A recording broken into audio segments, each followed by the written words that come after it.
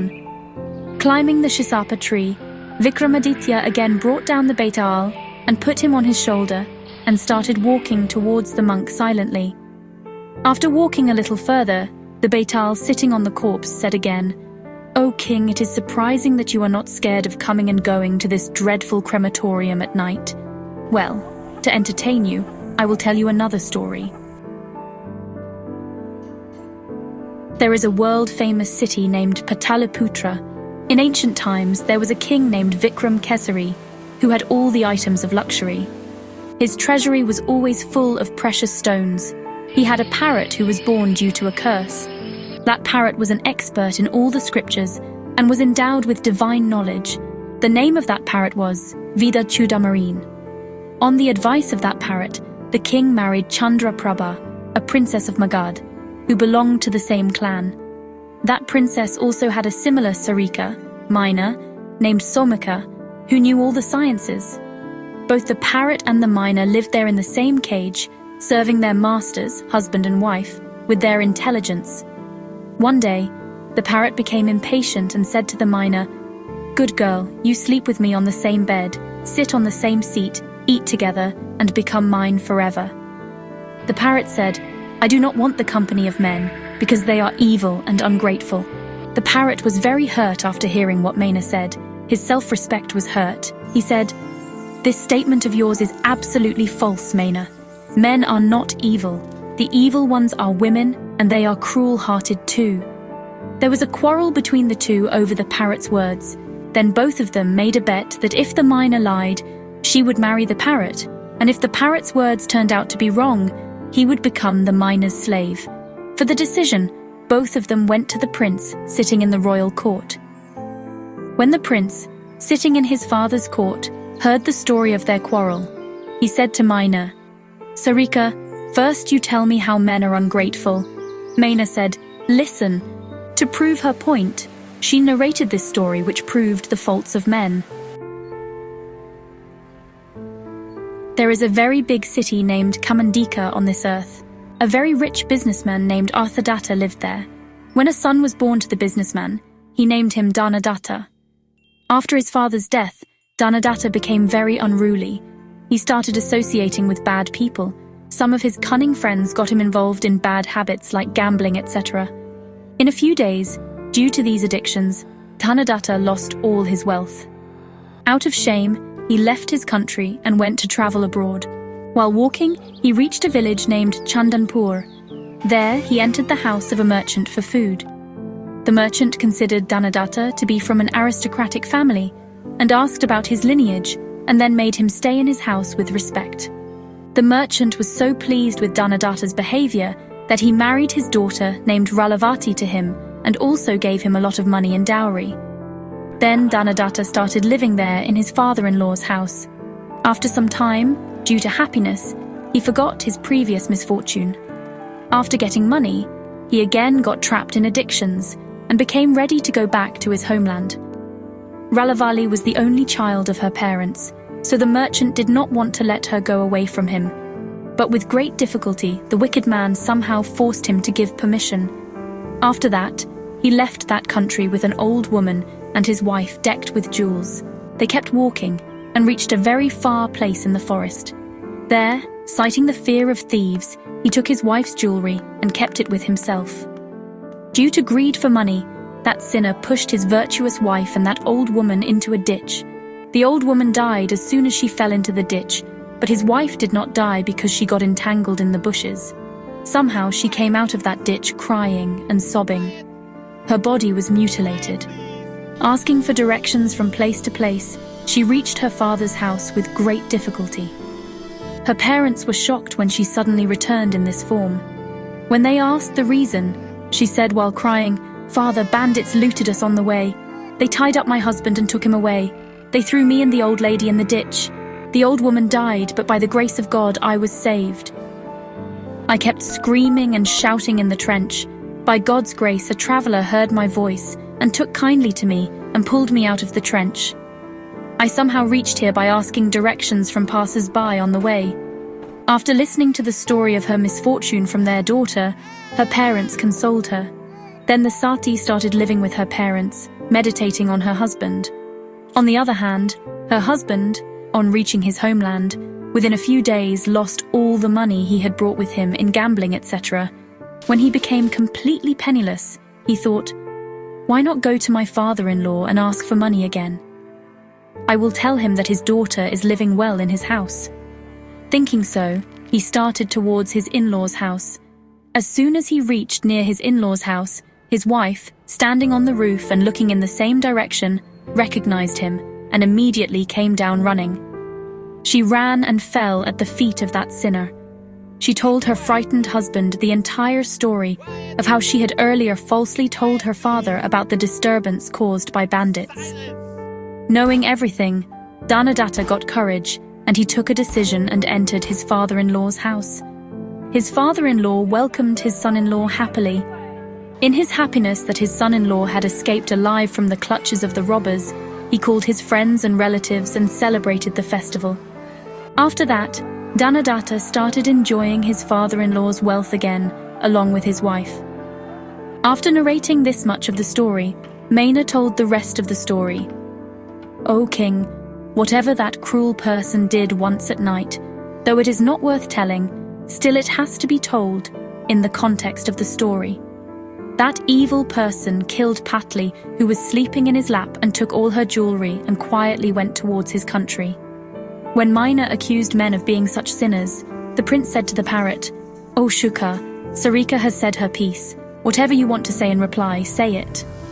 Then the parrot told him this story. The parrot said, 'Oh my God, women are terribly courageous, have a bad character and are sinners. In this context, listen to this story. A wealthy merchant lived in a city called Harshavati. He had a daughter called Vasudatta, who was extremely beautiful. The merchant loved her more than his life. He married his daughter to a young man of the same caste called Samudradatta, who lived in Tamralipti, a place inhabited by gentlemen. Samudradatta was a gentleman. He was as beautiful and youthful as Vasudatta. Beautiful women used to gaze at him like a charcoal bird gazes at the moon. Once, when Vasudatta's husband was in his country, and she was at her father's house, she saw a man from a distance. Seeing that handsome young man, the playful woman became lustful and called him secretly through her friend and had sexual intercourse with him. Even after that, she met him secretly many times. No one except her friend came to know about her deeds. One day, when her husband returned from his country, her in-laws welcomed him with great respect and gave him due honor. Being the husband of their only child Vasudatta, he was the dearest person to them. The whole day was spent in celebration. At night, Vasudatta's mother sent her daughter to her husband's bedroom, all dressed up. But even after sleeping on the same bed, she did not fall in love with her husband. Because she was engrossed in another man, she kept lying down pretending to be asleep, even when her husband requested her to do so. Then her husband, exhausted by the strain of the journey and the intoxication of alcohol, soon fell asleep. Gradually, everyone in the house went to sleep, but Vasudatta lay awake on her side, lost in thoughts of her lover. Just then, a thief entered her palace, and realizing that Vasudatta was awake, stood huddled in a dark corner. Vasudatta was getting restless to meet her lover. She had found out from her lover during the day itself where they were to meet at night. So she got up quietly, wore a lot of jewelry, dressed up and left the palace to meet her lover. Seeing this, the thief was very surprised. He thought, "The jewelry that I have come to steal, this woman is wearing those jewelry and going out. So I should follow her and see where she is going. I will steal her jewelry on the way." Thinking this, the thief also started following the merchant's daughter, hiding and quietly keeping an eye on her. After going some distance, the thief saw that a friend of the merchant's daughter entered a garden, carrying some flowers and garlands for her, where her lover had promised to meet her. When Vasudatta reached the meeting place told by her lover, she saw her lover hanging from a tree in a dead state. It so happened that when the young man was stealthily entering the garden, the city guards mistook him for a thief and beat him to death. Then, in the same garden, they put a noose around his neck and hung him from a tree. Vasudatta was stunned to see her lover in this state. She became distraught and agitated and screamed, "Alas, I am dead." Thereafter, she fell on the ground and started wailing in a sad voice.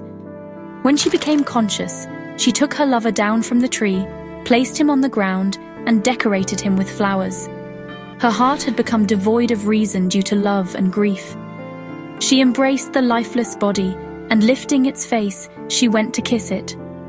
But her lover, in whose body the demon had entered, suddenly bit off her nose with his teeth.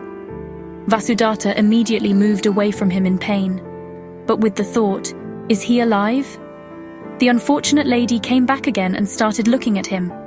When she saw that the Betal had left his body and he was motionless and dead, she got scared and, feeling defeated, crying, slowly returned to the palace. The thief saw all this secretly. He thought, "What has this sinner done? Oh, the heart of a woman is very horrible, full of deep darkness, like a blind well and very deep. Let me go and see what she does now." Thinking this, out of curiosity, he started following her from a distance. The merchant's daughter reached her room where her husband was sleeping. Then she started crying loudly and screaming, "Save me! Save me! This evil man in the form of a husband has cut my nose." Hearing her repeated cries and screams, her family members and parents woke up in panic and rushed to her bedroom. When her father reached there and saw that Vasudatta's nose was cut and blood was flowing from her nose, her father got angry and tied his son-in-law with a rope, considering him a Bhayadravihi. After hearing Vasudatta's words, her father and all the other people turned against Samudradatta. So even after being tied up, he did not say anything like a mute. Slowly the night passed in this commotion. Then, even after knowing everything, the thief quietly went away from there. Samudradatta's father-in-law, the merchant, took him and his daughter with a cut nose to the king's court. After hearing the entire story, the king held Samudradatta guilty and ordered him to be given the death penalty. Later, when he was being tied up and taken to the place of execution, the thief came to the king's men and said, "Oh, officers, this person should not be given the death penalty without reason. He is innocent, I know everything. You people take me to the king, so that I can tell him the whole story." On his saying this, the servants took him to the king. There, asking for protection, the thief told the king everything that happened that night from the beginning. He said to the king, "My lord, if you do not believe me, then get the truth verified yourself. His severed nose is still in the mouth of that dead body." Hearing this, the king sent his followers to the garden to see, and when the truth was known, he released Samudradatta. The king also got the ears of that Dusya's wife cut and exiled her. He also got all the wealth of her father-in-law confiscated. Not only this, he was pleased with that thief and also appointed him as the head of the city. After listening to this tale, the parrot said to the king, "O king, women in this world are so evil and wicked by nature." As soon as he said this, Indra's curse went away from the parrot, and he became a Gandharva named Chitrarath, assumed a divine body, and went to heaven. In the same way, Maina's anger also vanished, and she too became an Apsara named Tilotama, and suddenly went to heaven. After narrating this story, Betal asked King Vikramaditya, "O king, the allegations of the parrot and the myna have been resolved. Now you tell me whether women are condemned or men. If you do not tell anything even after knowing, then your head will be broken into pieces." Hearing the words of Betal sitting on his shoulders, the king said, "O Betal, it is only the women who are condemned.